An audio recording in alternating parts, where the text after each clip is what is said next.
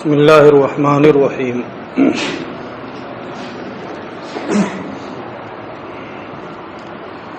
وبما ذکرنا يندفع ما يقال انه يجوز ان يتفق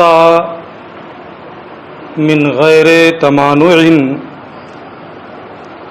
او ان تكون الممانعۃ والمخالفۃ غیر ممکنۃ لاستلزامها المحال او ان یجتمع او ان یمتنع اجتماع الارادتین کارادۃ الواحد حرکۃ زید وسکونہ معا۔ اس مختصر عبارت میں علامہ تفتازانی رحمۃ اللہ تعالی علیہ نے تین اعتراضات اور ان تینوں کا جواب پیش کیا ہے،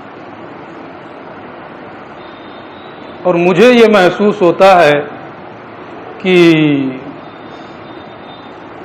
علامہ نے برہان تمانع کی جو تقریر پیش کی ہے، کل جسے آپ نے پڑھا ہے، اپنی اس تقریر کی تحدیث نعمت کے طور پہ تعریف بھی مقصود ہے۔ ایسا ہوتا ہے کہ کبھی کبھی کسی مسئلے کی تقریر و توضیح بہت اچھی ہو جاتی ہے، آدمی کو خود لگتا ہے کہ واقعی میرا یہ بیان بہت اچھا ہوا ہے، تو اس وقت اس کی خوبی کی جانب بھی آدمی اشارہ کرتا ہے۔ تو علامہ نے یہاں یہی کیا ہے، فرماتے ہیں کہ وَبِمَا ذَكَرْنَا يَنْدَفِعُ مَا يُقَال، برہان تمانع کی جو تقریر ہم نے کی ہے، برہان تمانع کی جو صورت ہم نے پیش کی ہے، اس تقریر اور برہان تمانع کی اس صورت سے وہ تمام اعتراضات ختم ہو جاتے ہیں جو یہاں پیش کیے جاتے ہیں۔ الگ سے اعتراضات و جوابات کی کوئی ضرورت نہیں پڑتی ہے، یعنی ان کو خود لگ رہا ہے کہ ہماری تقریر اچھی ہو گئی نا، بہت اچھی ہو گئی۔ وہ اعتراضات و جوابات کیا ہیں جو برہان تمانع پر پیش کیے جاتے ہیں؟ پہلا اعتراض یہ ہے کہ آپ نے یہ کہا ہے کہ اگر چند معبود ہوں، چند خدا ہوں، تو ان کے درمیان تمانع ممکن ہوگا۔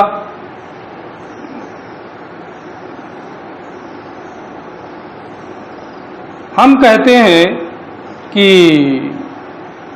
یہ بھی تو جائز ہے کہ ان میں سے ایک دوسرے کی مخالفت نہ کرے،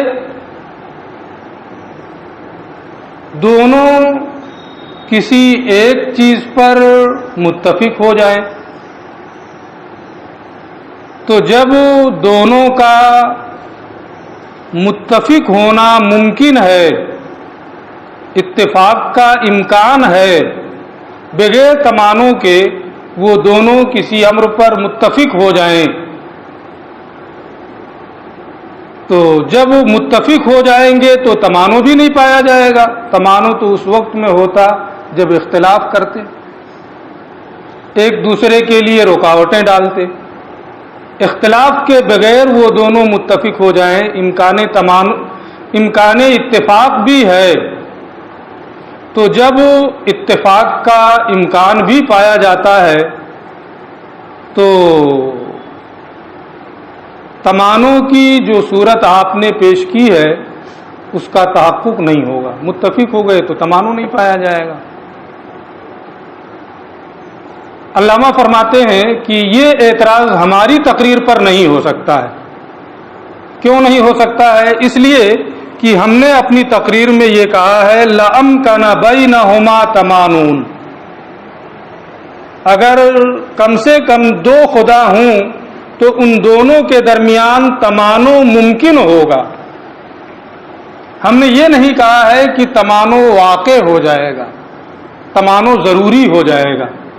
اگر ہم یہ کہتے کہ تمانو واقع ہو جائے گا تو آپ کہتے کہ امکان اتفاق ہے، واقع کیسے ہوگا؟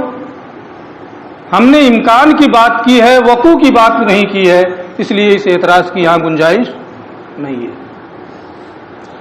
انہ یجوز، پہلا اعتراض جو یہاں پیش کیا جاتا ہے یہ ہے کہ ممکن ہے کہ وہ دونوں بغیر کسی تمانوں کے باہم متفق ہو جائیں، اور جب متفق ہو جائیں گے تو تمانو نہیں پایا جائے گا. یہ کہتے ہیں کہ امکان اتفاق دوسری چیز ہے، امکان تمانو دوسری چیز ہے، وقوع تمانو دوسری چیز ہے. ہم نے تمانوں کے واقع ہونے کی گفتگو نہیں کی ہے، امکان تمانو کی گفتگو کی ہے. امکان تمانو اور امکان اتفاق میں منافات نہیں ہے، اس لیے یہ اعتراض یہاں پر نہیں ہوگا. دوسرا اعتراض، او ان تکون الممانعۃ والمخالفۃ غیر ممکنۃ لاستلزامها المحال. دوسرا اعتراض یہ ہے کہ اگر چند خدا ہوں تو ان میں ممانعت و مخالفت ممکن ہی نہیں ہے، اس لیے کہ تمانو یہ مستلزم محال ہے. کیوں مستلزم محال ہے؟ اگر چند خدا ہوں اور ان کے مابین تمانو ہو، ان کے درمیان اختلاف ہو، تو یا تو اجتماع ضدین لازم آئے گا اگر دونوں کا معاملہ ہو جائے، یا ارتفاع ضدین لازم آئے گا، ارتفاع نقیضین لازم آئے گا، یا ان میں سے کسی ایک کا عاجز ہونا لازم آئے گا. تو امکان تمانو یہ مستلزم محال ہے کہ اگر تمانو کو ممکن مانیں گے تو یا تو اجتماع ضدین لازم آتا ہے، یا ارتفاع نقیضین لازم آتا ہے، یا ان میں سے کسی ایک کا عاجز ہونا لازم آتا ہے. اور جو مستلزم محال ہو وہ خود محال ہوتا ہے. لہذا تمانو کا چند خدا ہوں تو ان میں تمانو کا پایا جانا مستلزم محال ہونے کی وجہ سے خود محال ہوگا، ممکن ہی نہیں رہے گا. یہ کہتے ہیں علامہ تفتازانی کہ بظاہر یہ اعتراض تو لگتا ہے کہ واقعی ٹھیک ٹھاک ہے، لیکن ہم نے جو برہان تمانو کی تفصیل کی ہے اس میں ہم نے ایک لفظ یہ استعمال کیا ہے لِأَنَّ كُلَّ مِنْهُمَا فِي نَفْسِهِ أَمْرٌ مُمْكِنٌ، کہ ان دونوں میں سے ہر ایک امر ممکن ہے، اور ان دونوں کے ساتھ ارادے کا متعلق ہونا بھی امر ممکن ہے. اور جب حرکت اور سکون دونوں ممکن ہے، ان دونوں سے ارادے کا متعلق ہونا بھی ممکن ہے، تو یہ محال کیسے ہو جائے گا؟ جب یہ ممکن ہے نا، حرکت بھی ممکن ہے، سکون بھی ممکن ہے، اور ان دونوں سے یعنی حرکت اور سکون کے ساتھ ارادے کا متعلق ہونا یہ بھی فی نفسی امر ممکن ہے. جب یہ دونوں چیزیں امر ممکن ہیں تو تمانو یا مخالفت غیر ممکن نہیں، بلکہ تمانو اور مخالفت کا امکان باقی رہے گا. او ان تکون الممانعۃ والمخالفۃ، یا ممانعت اور مخالفت یہ ممکن ہی نہ رہے، محال ہو جائے، کیونکہ یہ مستلزم محال ہے. یہ جو اعتراض یہاں کیا جاتا ہے ہماری تقریر پر یہ اعتراض بھی نہیں ہوگا. او ان یمتنع اجتماع الارادتین، تیسرا اعتراض یہاں یہ ہے بظاہر کہ جیسے ایک ساتھ کسی ایک کا زید کی حرکت اور اس کے سکون کا ارادہ کرنا، بیک وقت اس کے ساکن ہونے کا بھی ارادہ کرے اور اس کے متحرک ہونے کا بھی ارادہ کرے، جیسے یہ چیز محال ہے ایسے ہی دو ارادوں کا بھی جمع ہونا محال ہو جائے، یہ بھی ہو سکتا ہے۔ دو ارادوں کا اکٹھا ہونا، اجتماع دو ارادوں کا، یہ محال ہو، جیسے بیک وقت ایک شخص کا زید کی حرکت اور اس کے سکون کا ارادہ کرنا یہ محال ہے، اسی طریقے سے دو ارادوں کا اجتماع بھی محال ہو جائے، یہ بھی ہو سکتا ہے۔ اگر یہ ہو سکتا ہے تو پھر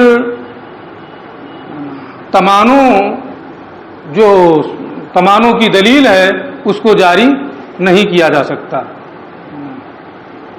جب دو ارادے محال ہو جائیں گے، دو ارادوں کا اجتماع، تو چند خدا مانے وہ دونوں ارادے دونوں الگ الگ ارادہ کریں، یہ محال ہے، کر ہی نہیں سکتے۔ تو جیسے بیک وقت ایک شخص کا حرکت اور سکون کا ارادہ کرنا یہ محال ہے، ایسے ہی دو ارادوں کا اجتماع بھی محال ہو، اور جب یہ ہوگا تو تمانوں کی صورت باقی نہیں رہے گی۔ علامہ فرماتے ہیں کہ ہماری تقریر پر یہ اعتراض بھی نہیں ہوگا، اس لیے کہ ہم نے یہ کہا ہے کہ دو ارادوں کے درمیان دو ارادوں کا پایا جانا، اس میں کوئی استحالہ نہیں ہے، کیونکہ دونوں ارادوں کا محل الگ الگ ہے۔ میں پڑھانے کا ارادہ کر رہا ہوں، آپ پڑھنے کا ارادہ کر رہے ہیں، دو ارادے ہو گئے۔ کیا یہ دونوں ارادے محال ہیں؟ نہیں محال ہے، اس لیے کہ دونوں ارادوں کا محل کیا ہے؟ الگ الگ ہے۔ جب دونوں دو ارادے ہوں، دونوں کا محل الگ الگ ہو، تو ایسی صورت میں وہ محال نہیں ہوتے ہیں۔ اس لیے ہم نے جو برہان تمانوں کی تفصیل پیش کی ہے، اس تفصیل پر یہ اعتراض واقع نہیں ہوگا، کیونکہ ہم نے وہاں یہ صاف کہا ہے کہ دونوں ارادوں کا محل الگ الگ ہے، اور جب دونوں ارادوں کا محل الگ الگ ہے تو اس میں کوئی استحالہ نہیں ہوگا کہ دونوں ارادے پائے جائیں۔ یہ تین اعتراضات اور تینوں کا جواب علامہ نے پیش کیا۔ وعلم، واضح رہے کہ اللہ عز و جل کا جو ارشاد ہے، لو کان فیہما آلہہ الا اللہ لفسدتا، یہ ارشاد علامہ تفتازانی کے نزدیک حجت اقناعیہ اور قیاس خطابی ہے، حجت اقناعیہ ہے، اور ملازمہ اس میں جو ہے یہ ملازمہ عادی ہے۔ حجت کی بحث میں آپ نے پڑھا ہوگا کہ حجت کی دو قسمیں ہیں، حجت اقناعیہ اور حجت قطعیہ۔ میں حجت قطعیہ کی یہاں ابھی کوئی تفصیل نہیں کروں گا۔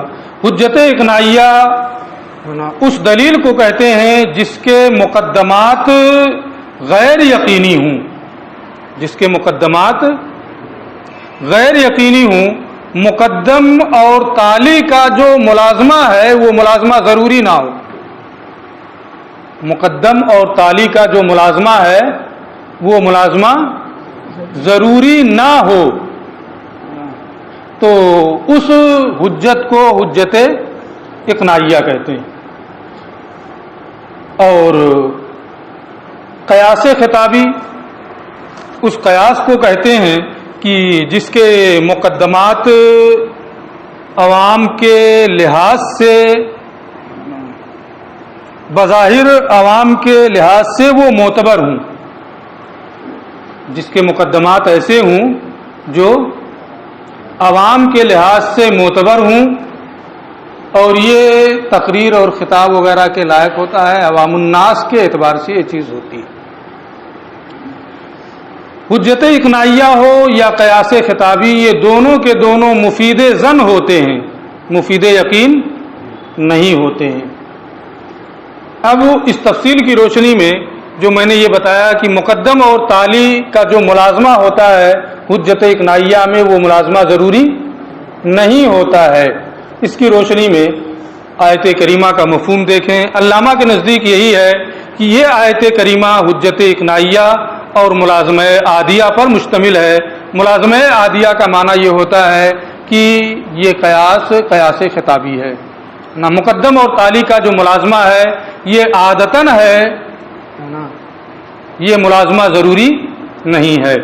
وعلم، واضح رہے کہ اللہ عز و جل کا ارشاد لو کان فیہما آلہۃ الا اللہ لفسدتا حجۃ اقناعیۃ، یہ کون سی حجت ہے؟ حجت اقناعیہ ہے۔ حجت اقناعیہ یہ مقدمات غیر یقینیہ سے مرکب ہوتی ہے، اور اس کے جو مقدم اور تالی ہوتے ہیں ان میں ملازمہ ضروری نہیں ہوتا ہے، اسی کو ملازمہ عادیہ بھی کہا جاتا ہے۔ والملازمۃ عادیۃ، اور اس میں جو مقدم اور تالی کے درمیان ملازمہ ہے یہ ملازمہ کیا ہے؟ عادی ہے۔ ابھی ہم مقدم اور تالی نکالتے ہیں۔ الا ما هو اللائق بالخطابیات، جیسا کہ یہی خطابیات کے یعنی قیاس خطابی کے لائق ہے، یعنی وہ قیاس جو ایسے مقدمات سے مرکب ہو جو عوام الناس کے لحاظ سے معتبر ہو، جو عوام الناس کے لحاظ سے معتبر ہو اور مفید ظن ہو۔ تو یہ آیت کریمہ میں جو حجت ہے وہ حجت اقناعیہ ہے، اور اس میں جو ملازمہ ہے مقدم اور تالی کے درمیان یہ ملازمہ عادیہ ہے، یعنی مقدم اور تالی کے درمیان ملازمہ جو ہے یہ ضروری نہیں ہے، اور یہی خطابیات یعنی عوام الناس کے لائق ہے کہ بآسانی ان کے ذہن میں یہ بات اتر جاتی ہے، وہ سمجھ جاتے ہیں اور اس کے مطابق پھر وہ اپنا معاملہ بھی رکھتے ہیں۔ تو لو کانا فیہما آلہہ، اگر چند معبود ہوتے تو چند معبود کا ہونا یہ کیا ہے؟ مقدم ہے۔ یہ کیا ہے؟ مقدم ہے۔ اور فساد زمین و آسمان لفسدتا یہ کیا ہے؟ تالی ہے۔ تو مقدم اور تالی چند معبود کا ہونا یہ مقدم، اور فساد زمین و آسمان یہ کیا ہے؟ تالی ہے۔ تو یہ مقدم اور تالی کے درمیان جو ملازمہ ہے کہ اگر چند معبود ہوں تو زمین و آسمان یہ فاسد ہو جائیں گے۔ فساد زمین و آسمان، اس میں جو ملازمہ ہے یہ ملازمہ ضروری نہیں ہے۔ کیوں ضروری نہیں ہے؟ اس لیے کہ چند معبود ہوں، زمین و آسمان فاسد نہ ہوں، اس کا بھی امکان ہے، وہ باہم متفق ہو جائیں۔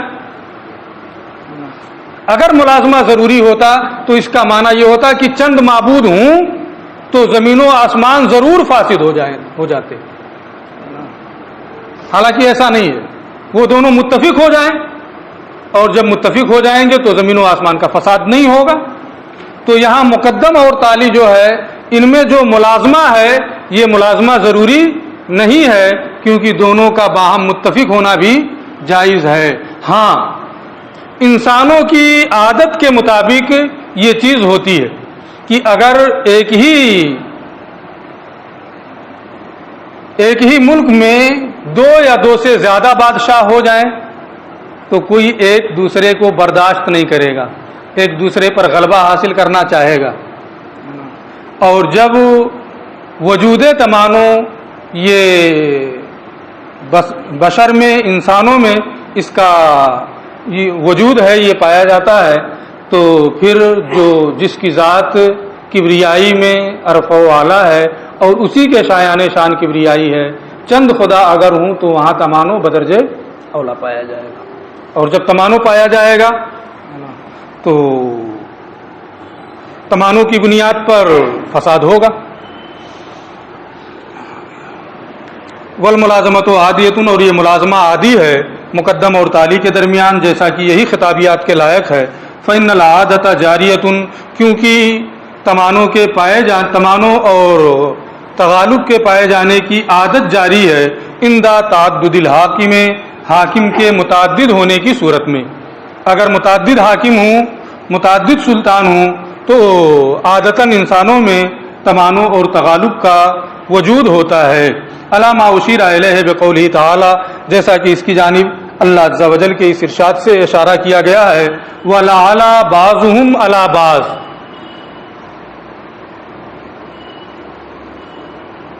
کہ ان میں سے بعض پر فوقیت چاہے گا. تو اگر چند معبود ہوں تو چند معبود ہونے کی صورت میں ان میں سے ایک دوسرے پر برتری اور ایک دوسرے پر فوقیت چاہے گا. اس آیت کریمہ میں بھی اس بات کی جانب اشارہ ہے کہ اگر چند خدا ہوں تو ان میں تمانع اور تغالب پایا جائے گا. تو اب یہاں علامہ نے اب تک اتنا یہ بیان کیا کہ آیت کریمہ میں یہ آیت کریمہ جو حجت ہے، یہ وحدانیت پر یہ حجت اقناعی ہے، مقدمات غیر یقینیہ پر یہ مشتمل ہے، اور اس کا ملازمہ عادی ہے، یعنی مقدم اور تالی کے درمیان جو ملازمہ ہے وہ ضروری نہیں ہے، اور یہی خطابیات کے شایان شان ہے. وَإِلَّا، بعض لوگوں نے یہ کہا ہے کہ اس آیت کریمہ میں جو حجت پیش کی گئی ہے یہ حجت اقناعیہ نہیں بلکہ حجت قطعیہ ہے. حجت قطعیہ کا معنی یہ ہوتا ہے کہ ایسی دلیل جو ایسے مقدمات پر مشتمل ہو جو یقینی ہوں، اور مقدم اور تالی کے مابین جو ملازمہ ہے وہ ضروری ہو. علامہ فرماتے ہیں کہ یہ حجت قطعیہ نہیں. کیوں؟ فَإِنْ أُرِيدَ وَإِلَّا، کیونکہ اگر اس آیت کریمہ میں جو حجت ہے اسے حجت اقناعیہ نہ مانے بلکہ حجت قطعیہ مانا جائے تو فساد سے کیا مراد ہے؟ لفسدتا، اس میں جو تالی ہے اس سے کیا مراد ہے؟ یہ فرماتے ہیں فَإِنْ أُرِيدَ الْفَسَادُ بِالْفِعْلِ، اگر تالی یعنی لفسدتا سے فساد بالفعل مراد لیں کہ تعدد الہ اگر ہو تو زمین و آسمان ضرور فاسد ہو جائیں گے. اسی صورت میں ملازمہ کیا ہوگا؟ یقینی ہوگا، مقدم اور تالی کے درمیان. وَإِلَّا، کیونکہ اگر یہ حجت اقناعیہ نہ ہو بلکہ حجت قطعیہ ہو تو اگر فساد سے فساد بالفعل مراد لیں، اے خروجہما عن هذا النظام المشاہد، یعنی زمین و آسمان کا اس موجودہ نظام سے باہر نکل جانا، زمین و آسمان کے اس موجودہ نظام کا ختم ہو جانا. فمجرد التعدد لا يستلزمه، تو صرف چند خداؤں کے ہونے سے، صرف چند خداؤں کا ہونا اس کو مستلزم نہیں ہے. محض تعدد الہ زمین و آسمان کے فساد کے واقع ہونے کو مستلزم نہیں ہے. کیوں؟ لجواز الاتفاق علی هذا النظام، کیونکہ ممکن ہے کہ وہ دونوں اس موجودہ نظام پر اتفاق کر لیں. تو اگر آپ اسے حجت قطعیہ تسلیم کرتے ہیں اور حجت قطعیہ تسلیم کرنے کے ساتھ ساتھ تعدد الہ جو مقدم ہے اس کو اور لفسدتا میں فساد سے فساد بالفعل مراد لیں تو محض تعدد الہ یہ فساد زمین و آسمان کے وقوع کو مستلزم نہیں ہے لجواز الاتفاق علی هذا النظام، کیونکہ ان دونوں کا اس موجودہ نظام پر اتفاق کر لینا ممکن ہے، اور جب ممکن ہے تو صرف تعدد الہ کی بنیاد پر اس نظام کا فساد واقع ہو جائے یہ نہیں ہوگا. وَإِنْ أُرِيدَ، اور اگر لفسدتا جو تالی ہے اس سے فساد بالفعل مراد نہ لیں بلکہ فساد بالامکان مراد لیں. وَإِنْ أُرِيدَ امکان الفساد، اور اگر فساد بالفعل مراد نہیں ہے بلکہ فساد بالامکان آپ مراد لے رہے ہیں، فلا دلیل علی انتفاعہ، تو فساد کے منتفی ہونے پر کوئی دلیل نہیں ہے. بلکہ فساد کا پایا جانا، اس پر بہت ساری دلیلیں پائی جا رہی ہیں۔ مثلا وہ آیت کریمہ جس میں آسمان و زمین کے سمیٹنے کا بیان ہے، اور وہ تمام چیزیں جو اس بات پر دلالت کرتی ہیں کہ قیامت آئے گی اور یہ نظام سرے سے ختم ہو جائے گا۔ تو اگر آپ لفسدتا میں فساد سے فساد بالامکان مراد لے رہے ہیں، تو مقدم اور تالی کے درمیان جو ملازمہ ہے کہ فساد اس کا ممکن ہے، یہ ملازمہ تو صحیح ہے، لیکن اس ملازمے کا جو لازم ہے کہ فساد منتفی ہو جائے، فساد کے انتفاع پر آپ کے پاس کوئی دلیل نہیں ہے، بلکہ فساد پر ہمارے پاس بہت ساری دلیلیں موجود ہیں۔ لہذا حجت قطعیہ اگر اس آیت کریمہ میں آپ مراد لیتے ہیں تو یا تو فساد سے فساد بالفعل مراد ہوگا، یا فساد سے فساد بالامکان مراد ہوگا۔ فساد بالفعل اگر آپ مراد لیتے ہیں تو تعدد الہ یہ فساد بالفعل کو مستلزم نہیں ہے، اور اگر فساد بالامکان مراد لیتے ہیں تو انتفاع فساد پر آپ کے پاس کوئی دلیل نہیں ہے۔ وہی مریدہ، اور اگر آپ مراد لیا جائے فساد سے امکان فساد، فلا دلیل علی انتفاع ہی، تو فساد کے منتفی ہونے پر کوئی دلیل نہیں ہے۔ بل النصوص شاہدۃ بطی السماوات، بلکہ بہت سی آیات ہیں جو آسمانوں کے لپیٹے جانے پر گواہی دے رہی ہیں، ورفع ھذا النظام، اور اس موجودہ نظام کے ختم ہونے کی گواہی دے رہی ہیں۔ فیکون ممکنا لا محالۃ، تو بہرحال فساد ممکن ہوگا، انتفاع فساد پر آپ کے پاس کوئی دلیل نہیں ہے۔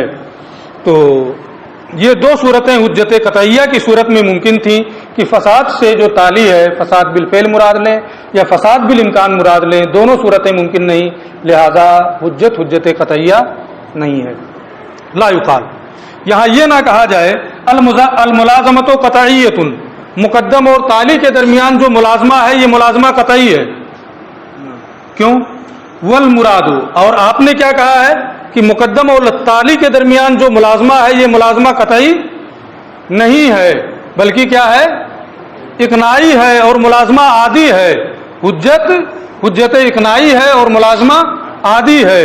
کیوں ہے؟ اس لیے کہ فساد سے نہ فساد بالفعل مراد لے سکتے ہیں اور نہ فساد سے فساد بالامکان مراد لے سکتے ہیں۔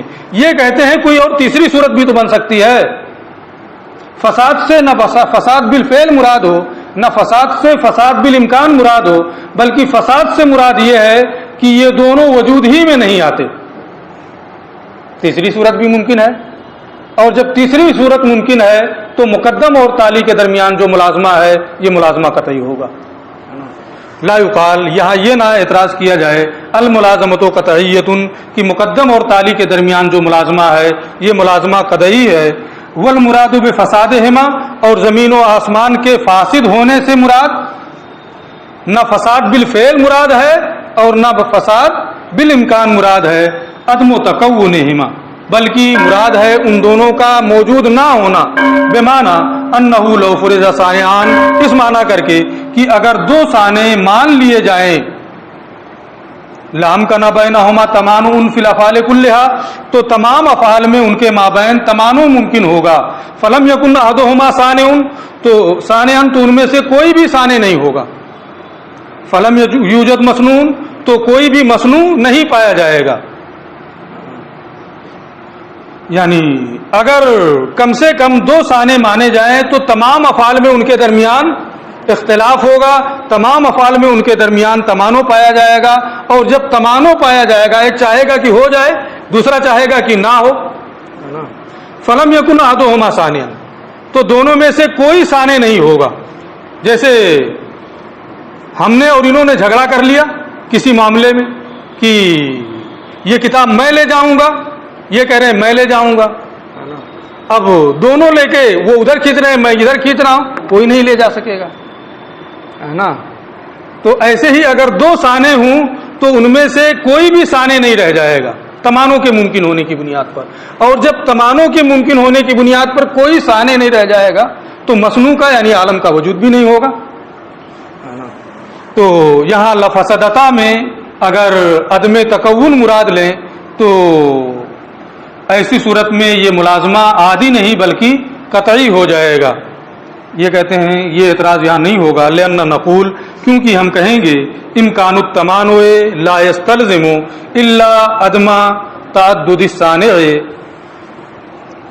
امکان تمانع یہ صرف تعدد صانع کے عدم کو مستلزم ہے، کہ متعدد صانع نہیں ہیں، وہ لا يستلزم انتفاع المصنوع، یہ مصنوع کے منتفی ہونے کو مستلزم نہیں ہے، عدم تعدد صانع ہی کو یہ مستلزم ہے، صرف انتفاع مصنوع ہو جائے نا، لے کے چلا جائے کوئی، دونوں مل کر کے لے کے چلے جائیں، اس کا امکان تو ہے نا، اس لیے یہ صرف عدم تعدد صانع کو مستلزم ہے، انتفاع مصنوع کو یہ مستلزم نہیں ہے۔ الا انہ یرد، علاوہ ازیں یہاں یہ اعتراض بھی ہوتا ہے جو پہلے آ چکا ہے کہ الا انہ یرد منع الملازمت ان ارید عدم التکون بالفعل، علاوہ ازیں یہاں ملازمہ کے تسلیم نہ ہونے کا بھی اعتراض ہوتا ہے اگر عدم تکون سے عدم تکون بالفعل مراد لیا جائے، یعنی آپ نے یہ کہا کہ لفسدتا سے مراد یہ ہے کہ وہ دونوں موجود ہی نہ ہوں، اب موجود نہ ہوں تو کیا مطلب، بالفعل ان کا وجود نہیں ہوگا یا بالامکان ان کا وجود نہیں ہوگا؟ اگر آپ بالفعل ان کا وجود نہیں مانتے ہیں یا بالامکان ان کا وجود نہیں مانتے ہیں تو جو پہلے اعتراض ہوا ہے پھر یہاں پر وہی اعتراض دوبارہ وارد ہوگا۔ علاوہ ازیں یہاں پھر وہی اعتراض واقع ہوگا کہ اگر عدم تکون سے مراد اس کا بالفعل موجود نہ ہونا ہے تو ملازمہ کے تسلیم نہ ہونے کا اعتراض، اور اگر عدم تکون سے عدم تکون بالامکان مراد لیا جائے تو لازم کے منتفی ہونے کا منع انتفاع لازم اور انتفاع لازم کے تسلیم نہ ہونے کا اعتراض ہوگا۔ تو جو پہلے دونوں اعتراض ہوئے ہیں دوبارہ پھر یہاں وہی اعتراض ہوگا، اور اس سے یہی ثابت ہوگا کہ یہ حجت جو ہے حجت اقناعیہ ہے، ملازمہ جو ہے وہ ملازمہ عادیہ ہے، حجت قطعیہ اور ملازمہ قطعیہ نہیں ہے۔